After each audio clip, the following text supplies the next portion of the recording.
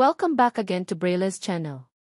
Para sa lahat ng naghihintay ng kanilang payout schedule, ay nagbabalik po tayong muli para sa bagong updates, hindi lamang ng inyong social pension, maging ang unclaimed payout. Validation interview proceedings ng mga bagong potential beneficiaries ng social pension at ang pagbibigay ng birthday cash distribution sa lungsod ng NCR at iba pang lugar.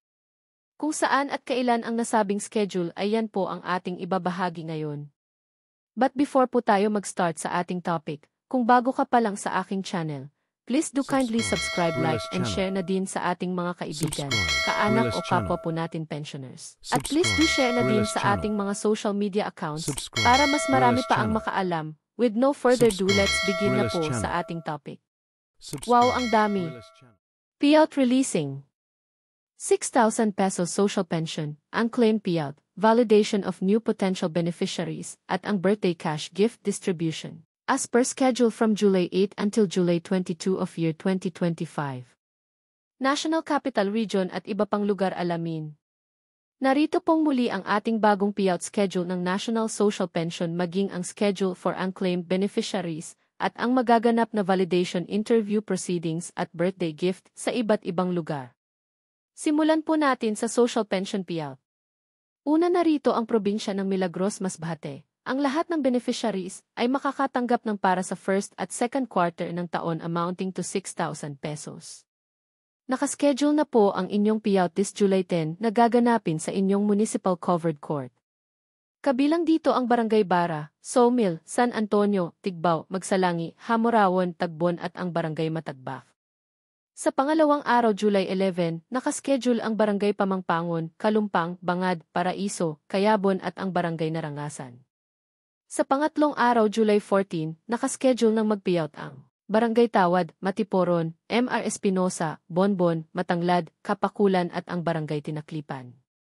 At sa panghuling araw July 15, nakaschedule ng mag-payout ang Barangay Calasuche, Poblacion East, Poblacion West, Bacolod at ang Barangay Ginluthangan na gaganapin pa rin sa inyong municipal covered court. Ang next schedule ay sa probinsya ng Tagobon, Cebu. Ang lahat ng beneficiaries ay makakatanggap naman ng para sa second quarter payout amounting to 3,000 pesos. Nakaschedule na po ang inyong payout this July 8. Kabilang dito ang Barangay Moabog, Maslog, Daan Tabogon, Pio, Alang-alang, Tapul, Tabaw at ang Barangay Poblasyon na gaganapin sa bawat barangay covered court na mag-start sa oras na makikita nyo sa inyong screen. Ang sumunod na schedule ay sa probinsya ng Ganasi, Lanao del Sur. Ang lahat ng beneficiaries ay makakatanggap ng para sa second quarter payout amounting to 3,000 pesos. Nakaschedule na po ang inyong payout this July 10. Nagaganapin sa Pamalian Gymnasium, kabilang dito ang Barangay Pantaon Proper, Pantaon, Bato-Batoray, Paraba, Kampong Sabala, Balindat A, Balindat Proper at ang Barangay Gadongan. At sa hapon naman nakaschedule mag-payout ang Barangay Baguaingud, Pindolonan, Sekon Matampay, Lumbak, Lumbacaingud, Panggawalupa, Barit at ang Barangay Pagalongan. On July 11 naman nakaschedule ng mag-payout ang Barangay Makagiling, Linok, Baya, Tabuan, Sogod Madaya, Talyogan, Masolon at ang Barangay Barorao. At sa hapon naman nakaschedule ng mag-payout ang Barangay Poblasyon, Macabao, Pangadapon, Taganonok, Kampong Araya, Pamalian, Gi at ang Barangay Dapaan. Ang sumunod natin ay sa still ongoing payout ng lungsod ng Parañaque City ng NCR. Ito po ay para sa first semester ng taon amounting to 6,000 pesos. Patuloy pa rin ang payout sa inyong lugar at bukas nga July 8 ay nakaschedule na ang Barangay San Isidro na gaganapin sa Walter Mart. On July 9 ang Barangay SMDP, Marcelo Green at ang Barangay Don Bosco ang nakaschedule mag-payout. On July 10, ang Barangay San Valley at Merville ang mag-payout sa Tolentino Gym. On July 11 naman, ang Barangay BF Homes ang mag-payout sa Classic Home Gym. On July 14, ang Barangay San Antonio ang nakaschedule mag-payout sa Area 1 Covered Court 4th Estate. At ang Barangay Moonwalk ay nakaschedule naman this July 15 sa Romvi. At ang inyong unclaimed payout na gaganapin this July 16 hanggang 17. Ang next schedule ay sa probinsya ng Barangay San Roque, Talisay, Cebu. Nakaschedule na po ang inyong payout this July 9 na gaganapin sa Barangay Gym na mag-start ng alas 9 ng umaga. Samantala, ang Barangay Fatima General Santos City ay magkakaroon ng unclaimed payout para sa first at second quarter ng taon. Nakaschedule na po ito this July 9 na gaganapin sa Senior Model Building beside Oscar na mag-start ng alas 8 hanggang alas 12 ng tanghali. Samantala dumako naman po tayo sa magaganap na validation interview proceedings. Ang probinsya ng Barangay Quimamon Santo Tomas Davao del Norte ay nakaschedule na ang validation interview this July 8 na gaganapin sa inyong barangay covered court na mag-start ng alas 8 ng umaga.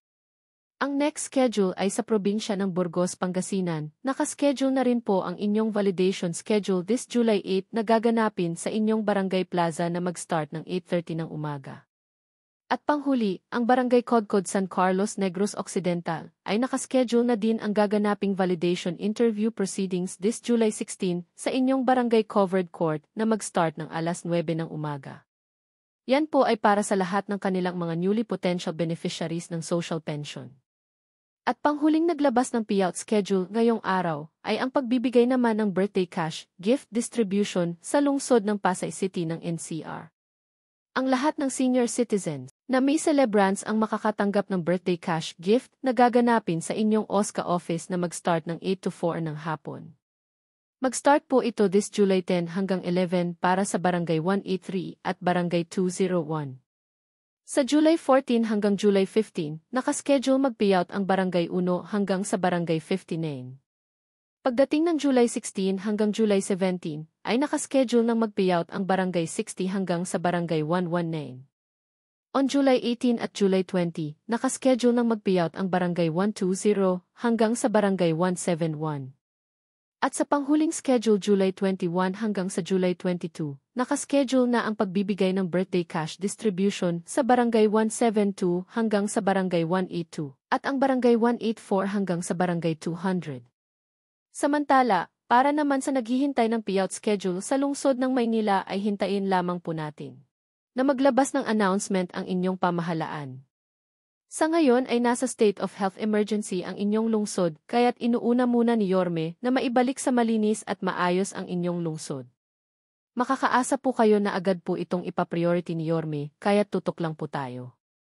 Sa mga may katanungan o hinaing sa kanilang social pension, maging sa inyong application at iba pang benepisyo ay maaari po kayong makipag-ugnayan sa inyong mga barangay o OSCA office para sa agarang kasagutan. Paalaala lamang po na ang lahat ng ating payout ay para lang muna sa mga indigent seniors beneficiaries na kabilang sa master list ng DSWD, hindi pa po ito ang universal pension na nasa Senado pa rin po hanggang ngayon. Asahan niyo pong ibabahagi po natin agad ang anumang lehitimong updates sa inyong universal pension. That's it.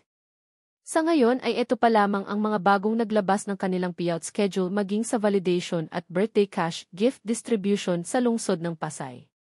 Sa mga wala pa ring payout ay manatili lamang po kayong nakatutok sa aking channel para sa mga upcoming payout updates at iba pang informative videos na para po sa inyo. Marami pong salamat and God bless po sa inyong lahat.